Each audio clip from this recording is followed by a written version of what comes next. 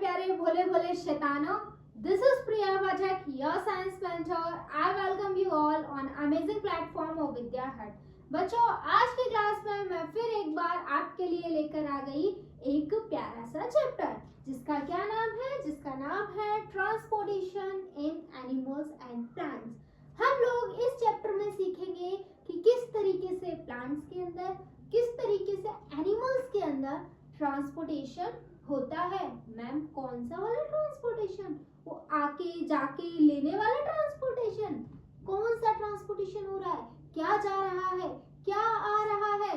कहीं हम जा रहे हैं क्या?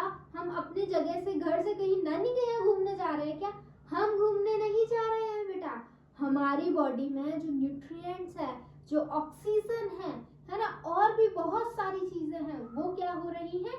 ट्रांसपोर्ट हो रही है। तो हम लोग सीखेंगे कि किस तरीके से ट्रांसपोर्टेशन होता है। अगर हम हमारी बात करें तो कैसे होता है ट्रांसपोर्टेशन? इस हार्ट के हेल्प से होता है। ठीक है बेटा, ये क्या है? ये आपका ह्यूमन हार्ट है। ठीक है। और अगर हम प्लांट्स की बात करें तो प्लांट्स में कैसे होता है ट्रांसपोर्टेशन? प्लांट्स में बेटा ट्रांसपोर्टेशन होता है इन प्यारी प्यारी रूट्स के हेल्प से। हमारी बॉडी में हार्ट तो करता है ट्रांसपोर्टेशन, लेकिन कौन हेल्प कराता है? राइट, जिस तरीके से हमको रोड पे चलते हैं ना, हम स्टिल हमको रोड पे चलने के लिए भी कुछ तो चाहिए। कार चाहिए, साइकिल चाहिए, बाइक चाहिए, स्टिल कुछ ना कुछ चाहिए ना, बस चाहिए। उसी तरीके से हार्ट तो करा रहा है ट्रांसपोर्टेशन, बट स्टिल किसके हेल्प से हो रहा है? तो ब्लड के हेल्प से होता है। राइट बेटा, हमको ये बातें पता है। और एक ये रहा ट्रांसपोर्टेशन, प्यारा सा भोला सा रैबिट हमारा कुछ लेकर जा रहा है। राइट, एक ये हमारा पांडा है, ये भी कुछ ट्रांसपोर्ट कर रहा है, गिफ्ट लेकर आ रहा है, आप लोगों के लिए लेकर आ रहा है। अगर चैप्टर अच्छे से पढ़ेंगे ना तो पक्का गिफ्ट मिलेगी।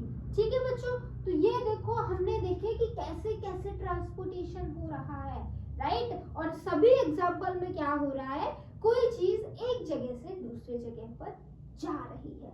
हो रहा है या नहीं हो रहा है? बस यही हम इस चैप्टर में सीखने वाले हैं कि किस तरीके से हमारी बॉडी के अंदर या फिर प्लांट्स की बॉडी के अंदर ट्रांसपोर्टेशन का काम होता है। किस तरीके से चीजें हमारे अंदर एक पार्ट से दूसरे पार्ट तक जाती है। जैसे कि ऑक्सीजन, हमारी ऑक्सीजन जब हम ब्रीदिंग का प्रोसेस करते हैं, कहाँ पहुंच जाती है? लंग्स में पहुंच जाती है। लंग्स से वो कहाँ जाती है? लंग्स से वो सभी सेल्स तक जाती है या नहीं जाती है? तो किसके हेल्प से वो सभी सेल्स तक पहुंच पाती है, वो हम सीखेंगे आज की क्लास में। उसी तरीके से बेटा मैंने आपको न्यूट्रिशन भी पढ़ाया है, तो आपको ये भी पता होगा हमारा खाना कहाँ पहुंच जाता है। खाना हमारा एट लास्ट डाइजेस्ट होकर पहुंच जाता है स्मॉल इंटेस्टाइन में, और स्मॉल इंटेस्टाइन से जुड़े हुए होते हैं small small finger like structures, जिनका क्या नाम है? विलाई। और विलाई से जुड़ी हुई होती हैं बहुत सारी ब्लड वेजल्स, और उन ब्लड वेजल्स के हेल्प से फूड हमारा सभी सेल्स तक पहुंच जाता है। तो देख रहे हैं ना आप, खाना जा रहा है ना, ऑक्सीजन जा रही है, कार्बन डाइऑक्साइड आ रही होगी, तो ये आने जाने का काम ही तो हमको सीखना है। खाना कैसे डाइजेस्ट होता है न्यूट्रिशन में सीख चुके हैं। रेस्पिरेशन का प्रोसेस, ब्रीदिंग का प्रोसेस कैसे होता है, रेस्पिरेशन चैप्टर में सीख चुके हैं। इस चैप्टर में ट्रांसपोर्टेशन सीख लेते हैं। ठीक है बेटा, तो आपका समय नहीं लेते हैं, मुझे पता है भाई, आप लोगों का समय बहुत कीमती है। और चैप्टर को स्टार्ट करते हैं। चैप्टर को स्टार्ट करने से पहले मैं आपको बताना चाहूंगी कि इस चैप्टर में टॉपिक्स क्या क्या है, ताकि आपको हो जाए क्या? चैप्टर से दोस्ती। दोस्ती करना बहुत जरूरी है ना, फिर ये आपका साथ नहीं देगा एग्जाम में, है ना। तो पहले तुम दोस्ती कर लो। ठीक है, सबसे पहले देखो क्या पढ़ेंगे? सर्कुलेटरी सिस्टम पढ़ेंगे। अब ट्रांसपोर्टेशन हो रहा है तो कोई सिस्टम चाहिए या नहीं चाहिए? जिस तरीके से डाइजेशन के लिए डाइजेस्टिव सिस्टम था, रेस्पिरेशन के लिए रेस्पिरेटरी सिस्टम था, उसी तरीके से बेटा ट्रांसपोर्टेशन के लिए हमारे पास होता है सर्कुलेटरी सिस्टम। एंड देन कौन कराता है ट्रांसपोर्टेशन में हेल्प? ब्लड कराता है। ब्लड बेटा, आप ब्लड को मान सकते हैं क्या? आपकी कार, बाइक, साइकिल, है ना, कोई भी व्हीकल का आप मान लीजिए, रोड पे हम चलते हैं ना, ट्रांसपोर्टेशन होता है, उसी तरह किसके हेल्प से चलते हैं? बाइक के हेल्प से, कार की हेल्प से, बस से हेल्प से, साइकिल की हेल्प से, इन्हीं सब चीजों की हेल्प से तो चलते हैं। उसी तरीके से हमारी बॉडी में चीजें कैसे चलती चलती हैं बेटा, वो चीजें चलती हैं ब्लड के हेल्प से। हम लोग कहाँ चलते हैं? रोड पर चलते हैं ना। बाइक्स कहाँ चलती हैं? रोड पर चलती है। साइकिल कहाँ चलती है? रोड पर चलती है। उसी तरीके से हमारी बॉडी में ये रोड का काम कौन कर रहा है? ब्लड वेसल्स कर रही हैं। यानी कि मैम ब्लड कर रहा है व्हीकल का वर्क, ब्लड वेसल्स कर रही है रोड का वर्क, तो ये ब्लड वेसल्स में बहेगा। यस बेटा, एग्जैक्टली। ये जो आपको पता नहीं है, जो ब्लड है ब्लड वेसल्स में क्या होता है? दौड़ता है। ठीक है, बात समझे मेरी। और हार्ट क्या है? हार्ट आपका वो पंपिंग ऑर्गन है। क्या करता है हार्ट? हार्ट आपका किसको? ब्लड को पंप करता है। क्या करता है हार्ट? ब्लड को पंप करता है। ठीक है बेटा।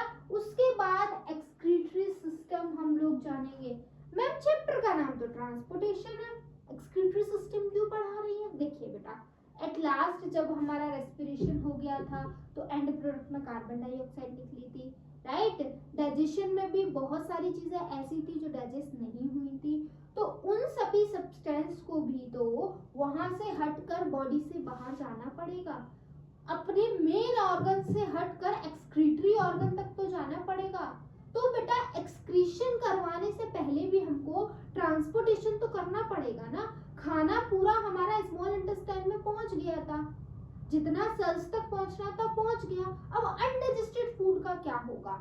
अनडाइजेस्टेड फूड को भी तो एक्सक्रीटरी ऑर्गन तक पहुंचना होगा, यानी कि एक्सक्रीशन कराने के लिए ये आपका ट्रांसपोर्टेशन कराना तो जरूरी है ना। तो इसलिए हम लोग क्या पढ़ेंगे? एक्सक्रीटरी सिस्टम के बारे में पढ़ेंगे। अब बेटा जितने जरूरी हम हैं उतने ही जरूरी प्लांट्स भी हैं, है ना। तो जो चीजें हम हमारे अंदर पढ़ेंगे वही सेम चीजें हम कहाँ पढ़ेंगे? प्लांट्स में भी पढ़ेंगे। हम जानेंगे प्लांट्स में किस तरीके से ट्रांसपोर्टेशन होता है, प्लांट में किस तरीके से क्या होता है? एक्सक्रीशन होता है। आ जाइए स्टार्ट करते हैं हमारा इंट्रोडक्शन। और इंट्रोडक्शन में दी गई है आपकी क्या? इंट्रोडक्शन में आपकी दी गई है ट्रांसपोर्टेशन की डेफिनेशन। क्या लिखा हुआ है? Transportation refers to the transfer of material from one part of the body to another part of the body. Transportation क्या होता है? किसी भी चीज का एक बॉडी पार्ट से दूसरे बॉडी पार्ट तक जाने का जो प्रोसेस होता है उसे हम ट्रांसपोर्टेशन कहते हैं। जैसे कि ऑक्सीजन लंग्स तक पहुंची, लंग्स से कहाँ जाएगी? सभी सेल्स तक जाएगी। तो दैट मीन्स ये क्या हुआ है? ऑक्सीजन का ट्रांसपोर्टेशन हुआ है। क्या हुआ है? ऑक्सीजन का ट्रांसपोर्टेशन हुआ है। समझ गए बेटा? किसने करवाया? ब्लड ने करवाया। ब्लड कहाँ बहेगा? ब्लड वेसल्स में बहेगा। ठीक है बेटा, चलो आ जाओ, आगे आ जाओ। ट्रांसपोर्टेशन इन एनिमल्स। देखिए क्या लिखा हुआ है? The body of an organism requires nutrients, बहुत बढ़िया, and oxygen to carry out various life processes। क्या कह रहे हैं? हमको, आपको, जितनी भी लिविंग थिंग्स हैं सभी को क्या चाहिए? पहला न्यूट्रिएंट चाहिए, दूसरा क्या चाहिए? ऑक्सीजन चाहिए। अब ये मत पूछना मैडम क्यों चाहिए, न्यूट्रिएंट मैं आपको बता चुकी हूँ। न्यूट्रिशन इन एनिमल चैप्टर में क्या बताया था? क्यों चाहिए हमको न्यूट्रिशन? भाई ग्रोथ के लिए, डेवलपमेंट के लिए, रिपेयर ऑफ टिश्यू के लिए, ये सारी बातें पढ़िए। यानी भाई एनर्जी के लिए, ताकि हम एक्टिविटीज कर सके। तो आप सभी को पता है हमको क्या चाहिए? न्यूट्रिएंट्स चाहिए, वो हमको खाने में मिल जाते हैं। उसके बाद हमको क्या चाहिए? ऑक्सीजन चाहिए। क्यों चाहिए? ताकि लाइफ प्रोसेसेस हो सके। अब मैम ये लाइफ प्रोसेस क्या होता है? बता तो मैं ये भी चुकी हूँ, पर फिर से बता देती हूँ। लाइफ प्रोसेस बेटा वो सभी प्रोसेसेस होते हैं जो हमें जिंदा रहने के लिए जरूरी होते हैं, जिन प्रोसेसेस के बिना हम जिंदा नहीं रह सकते, हमारा सर्वाइवल पॉसिबल नहीं है, उन्हें लाइफ प्रोसेसेस बुलाते हैं। ठीक है, तो लाइफ प्रोसेस को परफॉर्म करने के लिए बेटा हमको क्या चाहिए होते हैं? न्यूट्रिएंट्स चाहिए होते हैं जो हमको खाने में मिल जाते हैं, प्लस हमको क्या चाहिए होता है? ऑक्सीजन चाहिए होता है। क्या चाहिए होता है? ऑक्सीजन चाहिए होता है। Waste product produced due to the various functions inside the body also need to be transmuted and removed. ये बात मैंने आपको अभी अभी बताई कि बहुत सारे जब लाइफ प्रोसेसेस हमारी बॉडी में होते हैं, लाइफ प्रोसेसेस बोले तो respiration, nutrition, digestion, excretion, right, transportation, these all our life processes. ठीक है बच्चों, तो क्या कह रहे हैं, जब भी हमारी बॉडी में कोई भी लाइफ प्रोसेस होता है तो उस दौरान बहुत सारा वेस्ट मटेरियल इकट्ठा हो जाता है, तो उस वेस्ट मटेरियल को भी हमको रिमूव करना उतना ही जरूरी है, यानी कि वो वेस्ट मटेरियल का भी हमारी बॉडी में ट्रांसपोर्टेशन होना चाहिए। जितना ही इम्पोर्टेंट न्यूट्रिएंट्स का ट्रांसपोर्टेशन है, जितना इम्पोर्टेंट ऑक्सीजन का ट्रांसपोर्टेशन है, उतना ही इम्पोर्टेंट वेस्ट मटेरियल का भी ट्रांसपोर्टेशन है। अब सोचो आपके घर में चीजें आती रहे, वो जो वेस्ट मटेरियल है वो घर से जाए ना, नॉर्मल सी बात है, नई चीजों का कोई फायदा नहीं होगा जब तक आपकी पुरानी चीजें घर से जाएंगी नहीं। उसी तरीके से बेटा और लाइफ प्रोसेसेस चलेंगे, कोई फायदा नहीं होगा जब तक आपकी बॉडी से एक्सक्रीशन नहीं होगा, राइट, एक्सक्रीटरी मटेरियल जो है वो बाहर नहीं निकल जाएगा। तो भाई ट्रांसपोर्टेशन एक एक्सक्रीशन के लिए भी जरूरी है, वेस्ट मटेरियल को रिमूव आउट करने के लिए भी उतना ही जरूरी है। आगे आ जाते हैं और देखते हैं क्या लिखा हुआ है। Therefore, the term transport may be defined as the life process in which a material is absorbed in one part or organ of an organism and is carried out to the other part in its body। वही लिखा हुआ है कि transportation क्या है, transportation एक वो life process है जिसमें कोई मटेरियल एक बॉडी पार्ट में जितना एब्जॉर्ब होना होता है हो जाता है, फिर वो दूसरे बॉडी पार्ट में पहुंच जाता है, ठीक है, इसे हम क्या बुलाते हैं, ट्रांसपोर्टेशन बुलाते हैं। In animal body, these functions are carried out by an internal transport system called as circulatory system। अगर हम एनिमल्स की बात करें तो ये आने जाने का काम कैसे हो रहा है, ये हमारा रोड वाला ट्रांसपोर्टेशन नहीं है, ठीक है बेटा। तो हमारी बॉडी के अंदर ये ट्रांसपोर्टेशन कैसे होता है, सर्कुलेटरी सिस्टम के हेल्प से है, वैसा ही है ना। हमारी बॉडी को हमें जिस तरीके से चलने के लिए रोड चाहिए, हमें गाड़ी चाहिए, राइट, उसी तरीके से हमारी बॉडी में भी उसी तरीके से काम हो रहा है, लेकिन चीजें अलग हैं बस, राइट। हमको गाड़ी चाहिए, हमारी बॉडी में न्यूट्रिएंट्स को क्या चाहिए, ब्लड चाहिए, ठीक है बेटा। तो ट्रांसपोर्टेशन किसके हेल्प से होता है, सर्कुलेटरी सिस्टम के हेल्प से होता है, भूल मत जाना, ठीक है। Transportation in human beings, human being में ट्रांसपोर्टेशन कैसे होता है। Human being like other multicellular organism need regular supply of food, oxygen, etc.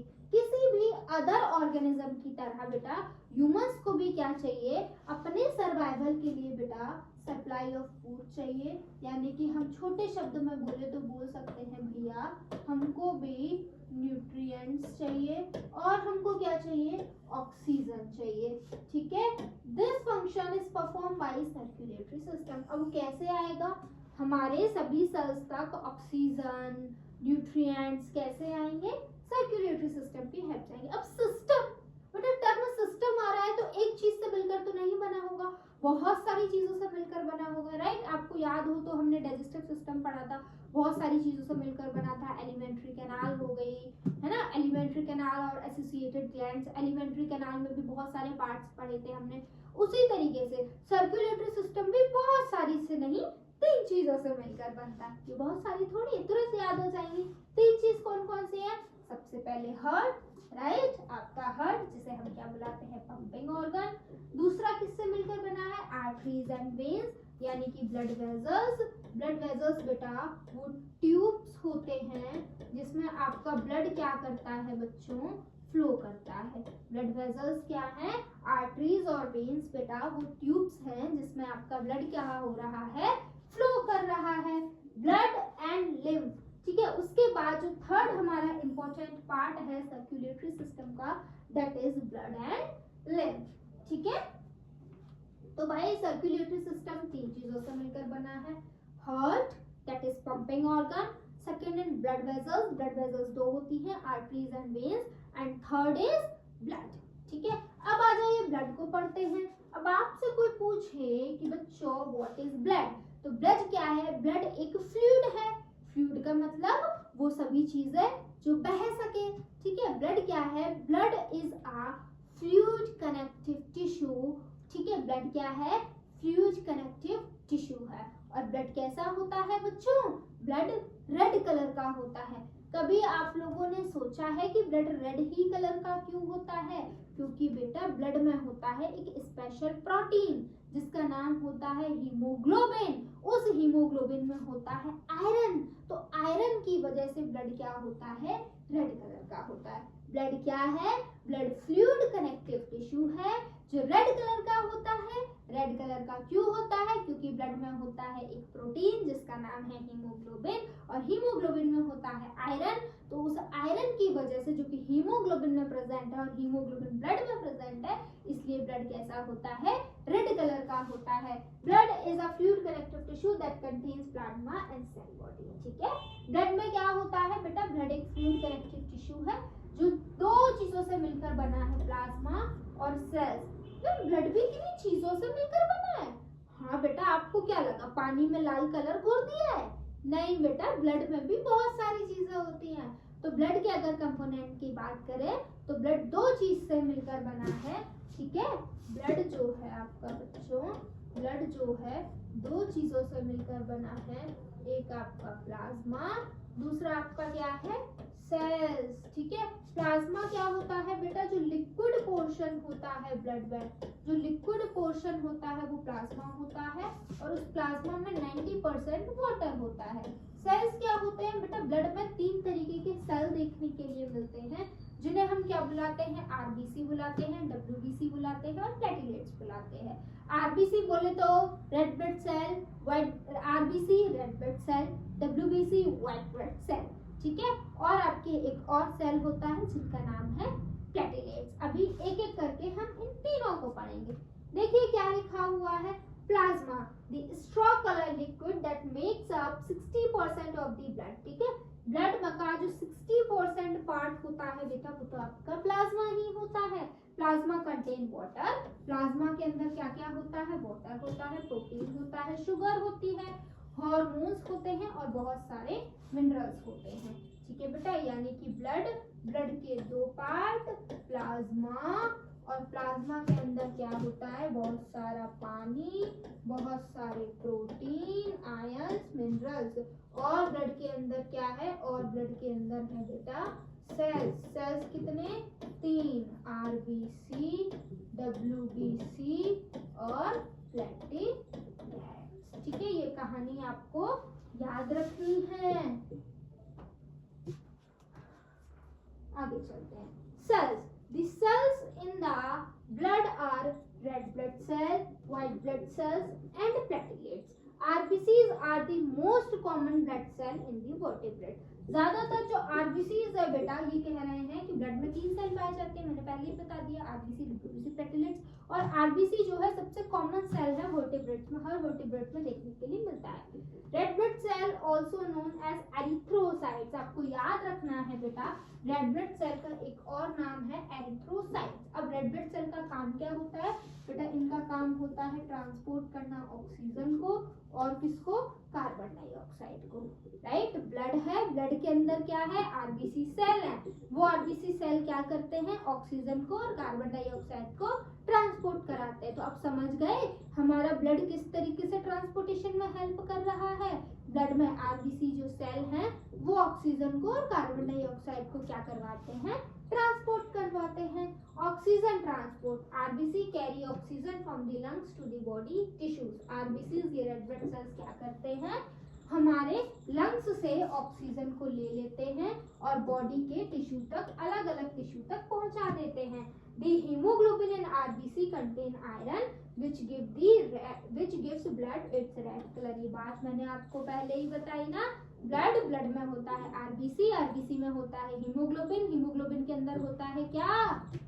Haemoglobin. बेटा हीमोग्लोबिन के अंदर होता है आयरन और उस आयरन की वजह से क्या होता है? ब्लड का रेड कलर होता है। ठीक है, थोड़ा सा एक दो बार पढ़ोगे आ जाएगा। रेड कलर क्यों होता है? ब्लड में क्या है? आरबीसी में क्या है? आरबीसी में है बेटा आपका हीमोग्लोबिन और हीमोग्लोबिन में क्या है? आयरन। और आयरन कैसा होता है? रेड कलर का होता है। तो इस वजह से ब्लड रेड कलर का होता है। उसके बाद बेटा आरबीसी जो जो है कार्बन डाइऑक्साइड को भी ट्रांसपोर्ट कराती हैं। RBCs carry carbon dioxide from the body tissues back to the lungs to be exhaled. अब आपको पता है ना, ये कार्बन डाइऑक्साइड को तुम्हें निकलना है बॉडी में से, तो ये आरबीसी कार्बन डाइऑक्साइड किसे दे देती है? कार्बन डाइऑक्साइड होती कहाँ है?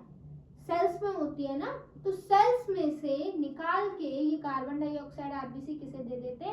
लंग्स को दोबारा दे देते, ताकि जब हम ब्रीद आउट करें, सांस छोड़ें, तो ये कार्बन डाइऑक्साइड बाहर निकल जाए। यानी कि लंग्स से ऑक्सीजन को लेकर भी आरबीसी गए और सेल्स तक लेकर गए, और सेल्स से कार्बन डाइऑक्साइड को लेकर लंग्स तक भी आरबीसी आए। बात समझ गए ना कि किस तरीके से ऑक्सीजन और कार्बन डाइऑक्साइड ब्लड के हेल्प से कैसे आ जा रहे हैं। ठीक है, ब्लड में भी कौन करवा रहा है? ब्लड के सेल्स आरबीसीज करवा रहे हैं। नेक्स्ट आ जाइए, आरबीसी के बारे में और बातें पढ़ लेते हैं। RBCs are produce in a bone marrow. ये जो बेटा आरबीसीज है, ये बोन मैरो में बनते हैं हमारे, and typically live about 120 days. RBCs जो है हमारी बॉडी में बेटा सिर्फ 120 दिन तक जिंदा रहते हैं, उसके बाद नए आरबीसी बनते ही रहते हैं। हमारी बॉडी में लगातार आरबीसी बनते रहते हैं। तो ये मत सोच रहे 120 दिन बाद मैम खत्म हो जाएंगे मेरी बॉडी में आरबीसी। नहीं नहीं नहीं, और बन भी जाएंगे, बहुत सारे बनते हैं। ठीक है, the body produce about 2 million RBC every second. Low, her second में 2 मिलियन आरबीसी जो है बेटा प्रोड्यूस हो रहे हैं। ठीक है बेटा। Low red blood cell count also known as anaemia. जिसकी बॉडी में आरबीसी कम हो जाते हैं, हम उनको कहते हैं कि इनको क्या हो गया है? अनीमिया हो गया है। ठीक है, कैन कॉज दी फटीग, जिस वजह से भाई जिसके भी अंदर आरबीसी कम हुए हैं, जिसको भी अनीमिया हुआ है, उसके अंदर बेटा बहुत सारी कमजोरी आ सकती है। शॉर्टनेस ऑफ ब्रीदिंग, सांस लेने में दिक्कत आ सकती है।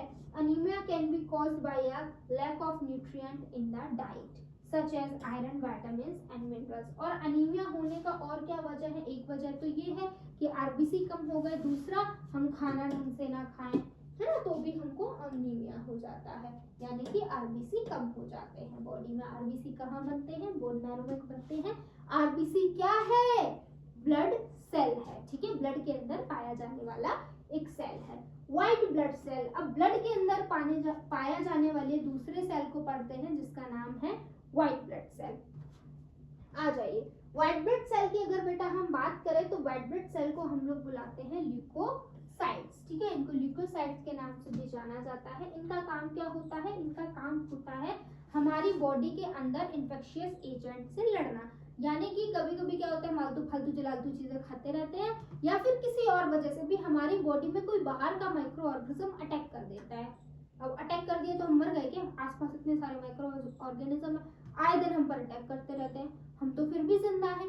कैसे जिंदा हैं? हमारे बॉडी के जो आरबीसीज हैं, ये क्या करते हैं? उस बाहर के जो पैथोजन है, जो आपका इन्फेक्शियस एजेंट है, उस पर वो खुद अटैक कर देते हैं और हमको नुकसान पहुंचाने नहीं देते हैं। ठीक है, इसीलिए बच्चों हम लोग WBC को सोल्जर्स ऑफ द बॉडी भी बुलाते हैं।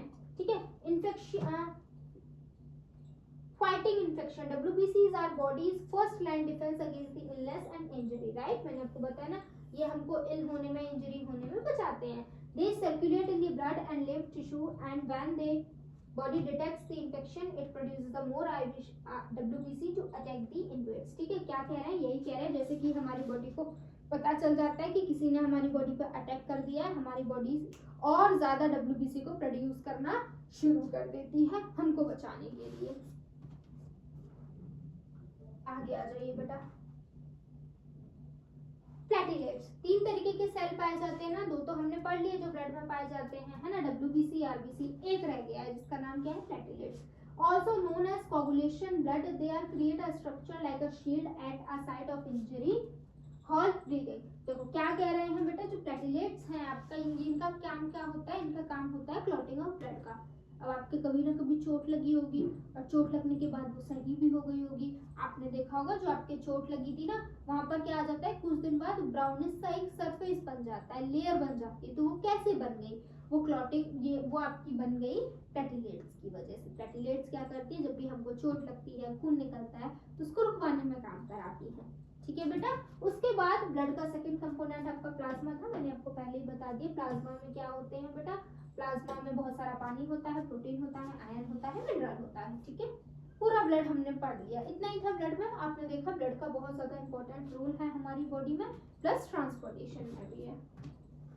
फंक्शंस ऑफ ब्लड मैंने अभी अभी आपको बताया। Blood performs vital functions including transport में क्या कराता है, blood carries the oxygen nutrients to the cell and the waste material to the kidney and liver. Blood का पहला काम है ऑक्सीजन को सेल तक पहुंचाना, दूसरा काम है वेस्ट मटेरियल को किडनी और लिवर तक पहुंचाना। Regulation, blood regulate the body temperature by absorbing और releasing the heat.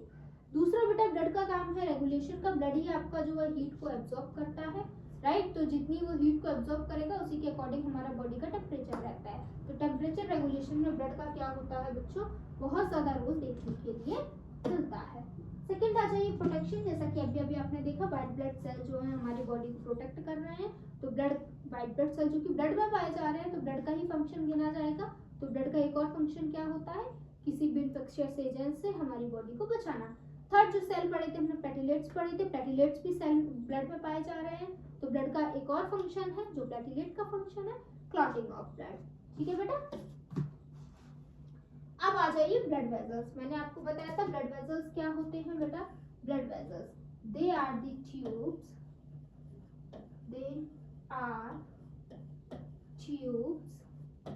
In which blood flows, ठीक है बेटा। ये वो ट्यूब होते हैं जिनमें ब्लड फ्लो होता है। तो ये दो तरीके के क्यों है, देखो बेटा ब्लड में दो चीजें हो सकती हैं, या तो ब्लड में कार्बन डाइऑक्साइड, या तो ब्लड में ऑक्सीजन होगी, है ना। उन दोनों ब्लड को हम मिक्स नहीं कर सकते क्योंकि कार्बन डाइऑक्साइड वाले ब्लड का रास्ता अलग है। कार्बन डाइऑक्साइड वाला ब्लड कहाँ जा रहा है, लंग्स के पास जा रहा है दोबारा से ऑक्सीजन लेने, और ऑक्सीजन वाला ब्लड कहाँ जा रहा है, सेल्स के पास जा रहा है सेल्स को ऑक्सीजन देने। दोनों का रास्ता अलग अलग है। अगर ट्यूब्स सेम हो जाएंगे तो वो दोनों ब्लड मिल जाएंगे, और ब्लड मिल गया तो गड़बड़ हो जाएगी, है ना। कार्बन डाइऑक्साइड का काम अलग है, ऑक्सीजन का काम अलग है। तो हमारे जो ब्लड वेजल्स है ना उसमें दो तरीके के ब्लड बहते हैं, एक वो ब्लड जिसमें कार्बन डाइऑक्साइड है, एक वो ब्लड जिसमें ऑक्सीजन है, राइट। तो दोनों अलग अलग ट्यूब्स में बहते हैं। तो बेटा वेन्स में क्या जाता है, कार्बन डाइऑक्साइड वाला ब्लड जाता है, और कार्बन डाइऑक्साइड वाले ब्लड को हम क्या बुलाते हैं, डीऑक्सीजनेटेड ब्लड बुलाते हैं, डीऑक्सीजनेटेड ब्लड बुलाते हैं। और ऑक्सीजन बेटा आर्टरीज में आपका ऑक्सीजन वाला ब्लड जाता है, और ऑक्सीजन वाले ब्लड को बच्चों हम लोग ऑक्सीजनेटेड ब्लड बुलाते हैं। क्या बुलाते हैं बेटा, ऑक्सीजनेटेड ब्लड बुलाते हैं। समझ गए, दो ट्यूब्स हैं, एक ट्यूब में ऑक्सीजन वाला ब्लड बह रहा है, एक ट्यूब में कार्बन डाइऑक्साइड वाला ब्लड बह रहा है, ठीक है बेटा। इधर आ जाइए, आगे चलते हैं। क्या लिखा हुआ है देखिए, arteries carry oxygenated blood from heart to the body part except pulmonary artery. ये बात अभी आपको नहीं जाननी है। देखो क्या कह रहे हैं, जो आर्टरीज है उनका काम क्या होता है, जो ऑक्सीजनेटेड ब्लड है उसको हार्ट से कहाँ लेकर जाना, बॉडी सेल्स तक लेकर जाना, ठीक है बेटा। जो आपकी आर्टरीज होती है ये बहुत ज्यादा थिक होती हैं और इलास्टिक होती हैं, ठीक है बच्चों। नेक्स्ट आ जाइए वेन्स का क्या काम होता है, इनका काम होता है डीऑक्सीजनेटेड ब्लड को लेकर जाना, ठीक है बेटा। ये आपकी थिन होती हैं और कम इलास्टिक होती हैं। नेक्स्ट आ जाइए कैपिलरीज। अब बेटा कैपिलरीज कुछ ऐसी ब्लड वेजल्स होती हैं जो कि क्या करती हैं, आर्टरीज और वेन्स इन दोनों ट्यूब को कनेक्ट करती हैं, ठीक है। एक ट्यूब आपकी बॉडी में वो है जो ऑक्सीजनेटेड ब्लड लेकर जा रही है, दैट इज आर्टरी। एक ट्यूब वो है जो डीऑक्सीजनेटेड ब्लड लेकर जा रही है, दैट इज वेन्स। और एक ट्यूब वो है जो दोनों ट्यूब को जोड़ रही है, दैट इज कैपिलरी, ठीक है बेटा। आगे चलते हैं अब। हार्ट क्या लिखा हुआ है, अब हम लोग देखो बेटा, हम लोग क्या पढ़ चुके, ब्लड पढ़ चुके, ब्लड वेजल्स पढ़ चुके। अब थर्ड ऑर्गन पढ़ लेते हैं हमारे सर्कुलेटरी सिस्टम का, दैट इज हार्ट। हार्ट क्या है, fist size muscular organ located on the left side of the chest. देखिए सबसे पहले तो हार्ट का साइज बताया गया, फिस्ट साइज जितना बड़ा होता है, मतलब कि जितनी बड़ी हमारी मुट्ठी होती है, राइट। जितनी बड़ी मुट्ठी होती है उतना बड़ा हमारा हार्ट होता है, ठीक है। ये एक मस्कुलर ऑर्गन है और कहाँ प्रेजेंट होता है बेटा, लेफ्ट साइड में हमारे लंग्स पर ये प्रेजेंट होता है। Because it aids in the blood ability to carry the nutrient oxygen, it is the most vital organ in our body. हमारी बॉडी का ये सबसे ज्यादा इम्पोर्टेंट ऑर्गन है, क्योंकि जो हमारा ब्लड पंप हो रहा है ऑक्सीजन को लेके, न्यूट्रिएंट को लेके, उस ब्लड को पंप करता ही यही है, ठीक है। ब्लड को धक्का मारने का काम यही करता है, यही ब्लड से कहता है जाओ इस ऑक्सीजन को, न्यूट्रिएंट को सभी सेल्स को जाकर दे दो, ठीक है। To prevent the mixing of oxygenated and deoxygenated blood, heart is split into 4 chambers. बेटा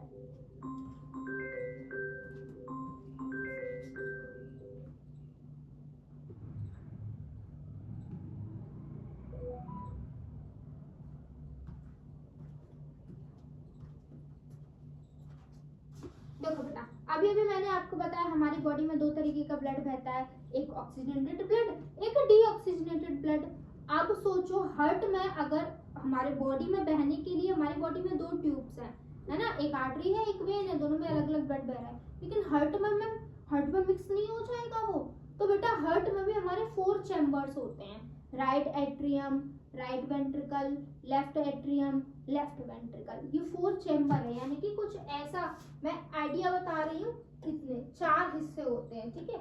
लेफ्ट एट्रियम, लेफ्ट वेंट्रिकल, है ना, राइट एट्रियम, है ना, राइट वेंट्रिकल, राइट वेंट्रिकल, इस तरीके का हमारा क्या होता है, हार्ट होता है। 4 चैम्बर्स होते हैं ताकि हमारे जो ब्लड है वो मिक्स ना हो जाए। तो हार्ट में भी पूरी व्यवस्था देखी गई है, ब्लड कहीं भी हमारा मिक्स नहीं होता है। कार्बन डाइऑक्साइड वाला ब्लड अपनी तरफ बह रहा है, ऑक्सीजन वाला ब्लड अपनी तरफ बह रहा है। आ जाइए, the left atrium and the right atrium are the 2 top chamber of the heart। अभी मैंने बनाया ना, जो लेफ्ट एट्रियम है और जो लेफ्ट एट्रियम है, राइट एट्रियम, ऐसा होता है, लेफ्ट एट्रियम, राइट एट्रियम, ये ऊपर वाले चैम्बर होते हैं, which are referred to atria। The term ventricle refers to the lower 2 chamber, और जो नीचे वाले चैम्बर होते हैं उसको बुलाते हैं वेंट्रिकल, ठीक है।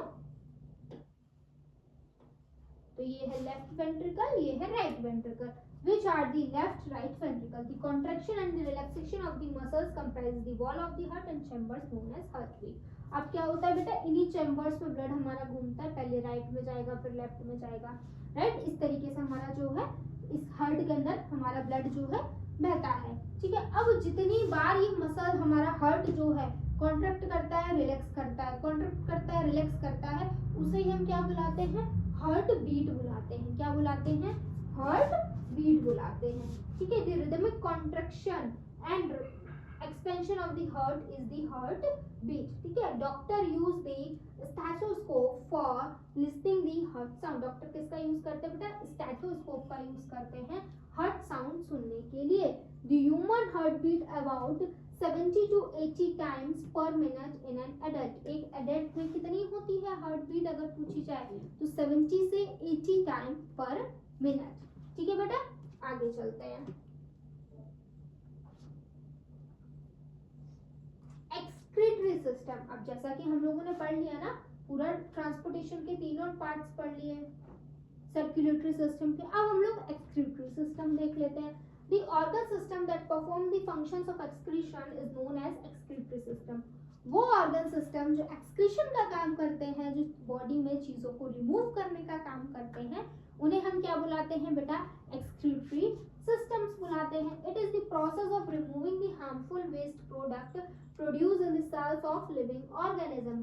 ये excretion क्या है, excretion वो प्रोसेस है जिसमें हम क्या कर रहे हैं, हमारी बॉडी में से हार्मफुल प्रोडक्ट्स को निकाल रहे हैं। The excretory system in humans include a pair of kidney।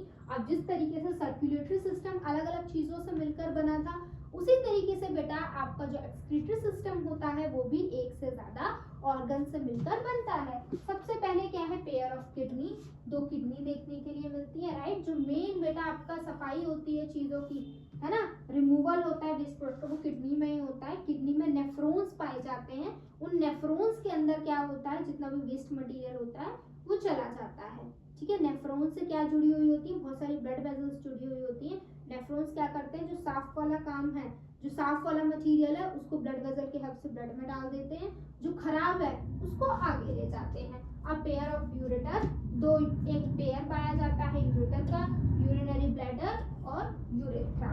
ये क्या है, ये आपके एक्सक्रीटरी सिस्टम के पार्ट्स होते हैं। मेन रोल किडनी का होता है क्योंकि किडनी में पाए जाते हैं नेफ्रॉन्स, वो नेफ्रॉन्स ही करते हैं kidney. It is the main excretory organ of the human body, यही बात लिखी हुई है। It plays an important role in the formation of urine. Kidney का काम बेटा होता है यूरिन बनाने का, ठीक है। उस वेस्ट मटेरियल से क्या होता है, यूरिन बनती है, किडनी में ही बनती है। Human kidney produces about 1 to 1.8 litres of urine in a day. एक ह्यूमन की किडनी कितनी यूरिन बनाती है एक दिन में, 1 से लेके 1.8 लीटर तक बनाती है। यूरिन के अंदर क्या क्या होता है, यूरिन में बेटा 95% वाटर होता है, 95% वाटर होता है, 2.5% यूरिया होता है, 2.5% अदर वेस्ट प्रोडक्ट्स देखने के लिए मिलते हैं। उसके बाद मैंने आपको नेफ्रॉन के बारे में बताया। Nephron are the basic filtration units in the kidney. Kidney में जो फिल्ट्रेशन का काम करते हैं वो आपके नेफ्रॉन्स ही करते हैं। The main component of the nephron are the glomerulus, common capsule and long renal tubule. ये नाम याद रख सकते हैं तो रखिए कि आपकी किडनी है, किडनी के अंदर नेफ्रॉन्स है। ये जो नाम दिए गए हैं ये बेटा नेफ्रॉन्स के नाम है, ठीक है। नेफ्रॉन्स के अलग अलग पार्ट के नाम है। उसके बाद नेफ्रॉन से कहाँ चली जाती है, आपकी जो यूरिन है यूरेटर में चली जाती है, यूरेटर से यूरिनरी ब्लैडर में चली जाती है, यूरिनरी ब्लैडर से यूरेथ्रा में चली जाती है और यूरेथ्रा के हेल्प से बाहर भी निकल जाती है। अब डायलिसिस क्या होता है बेटा, dialysis the process of removing waste using an artificial kidney is called dialysis. देखो बेटा कभी कभी क्या होता है, कई सारे लोग ऐसे होते हैं उनकी किडनी खराब हो जाती है, तो उनकी किडनी खराब हो गई यानी कि मैम उनकी बॉडी में जो वेस्ट मटेरियल है वो रिमूव नहीं होगा, सफाई नहीं होगी बेटा, होती है, ठीक है। तो वो आर्टिफिशियल किडनीज के हेल्प से होती है, उसी प्रोसेस को हम लोग डायलिसिस बुलाते हैं। आगे आ जाइए। ट्रांसपोर्टेड प्लांट, अब हमने हमारी बॉडी में देख लिया किस तरीके से ट्रांसपोर्टेशन होता है। अब हम प्लांट्स की बॉडी में देख लेते हैं कि ये ट्रांसपोर्टेशन का काम कैसे होता है। तो देखिए बेटा क्या लिखा हुआ है, plants have specialised vascular tissue called xylem and phloem for transport of water, minerals and food respectively to all the parts. देखिए बेटा प्लांट में दो स्पेशल टाइप के क्या पाए जाते हैं, टिश्यूज देखने के लिए मिलते हैं, जिनका नाम क्या है, जिनका नाम है जाइलम एंड फ्लोएम। अगर हम जाइलम की बात करें बेटा तो जाइलम का काम होता है वाटर को ट्रांसपोर्ट करने का, मिनरल्स को ट्रांसपोर्ट करने का, और आपके फ्लोएम का काम होता है फूड को ट्रांसपोर्ट करने का, ठीक है बेटा। Transport of water in plant कौन कराता है बेटा, जाइलम कहाँ पाए जाते हैं, रूट्स में देखने के लिए मिलते हैं। Plant root have hair that increases the surface area for absorption of water and minerals। Plant में सबसे ज्यादा पानी कौन लेकर आता है, आपकी रूट्स लेकर आती हैं। रूट्स के पास हेयर होते हैं, वो सॉइल में से पानी को एब्जॉर्ब कर लेते हैं और ज्यादा से ज्यादा पानी प्लांट को दे पाते हैं। Roots hair are deficient in water as they are continuous supply the absorb water to the stems and leaves, ठीक है। This increases the concentration gradient which allows the active uptake of the water। आगे आ जाइए। Transport of food, food कहाँ बनता है भाई, leaves में बनता है फोटोसिंथेसिस की हेल्प से, और बने हुए खाने को कौन ट्रांसपोर्ट करता है, वास्कुलर टिश्यू जिसका नाम है फ्लोएम, वो ट्रांसपोर्ट करता है, ठीक है।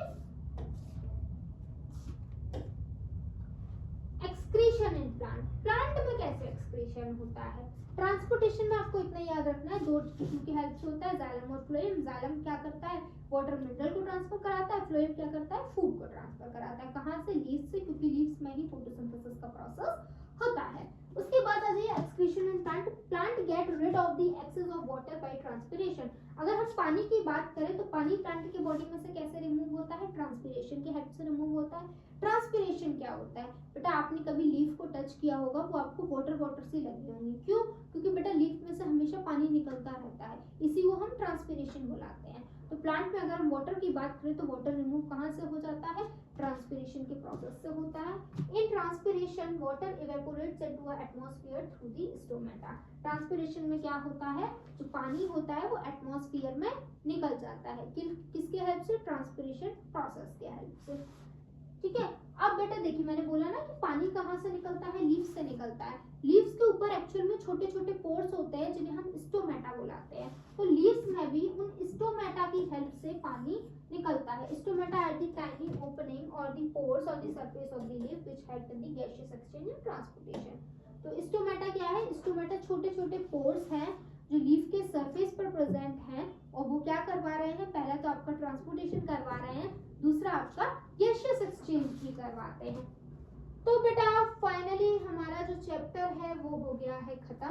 हमने पूरा चैप्टर पढ़ लिया एक ही वीडियो में और फुल डिटेल चैप्टर पढ़ा। होप सो आपको चैप्टर समझ आया होगा, सभी बातें क्लियर हो गई होंगी। अगर कोई डाउट है तो आप मुझे बता सकते हैं, मैं आपके डाउट को जरूर क्लियर करूंगी। अब जो कि हमारा चैप्टर खत्म हो गया है तो इस वीडियो को यहीं पर ओवर करते हैं। Thank you so much for watching मी। जय हिंद।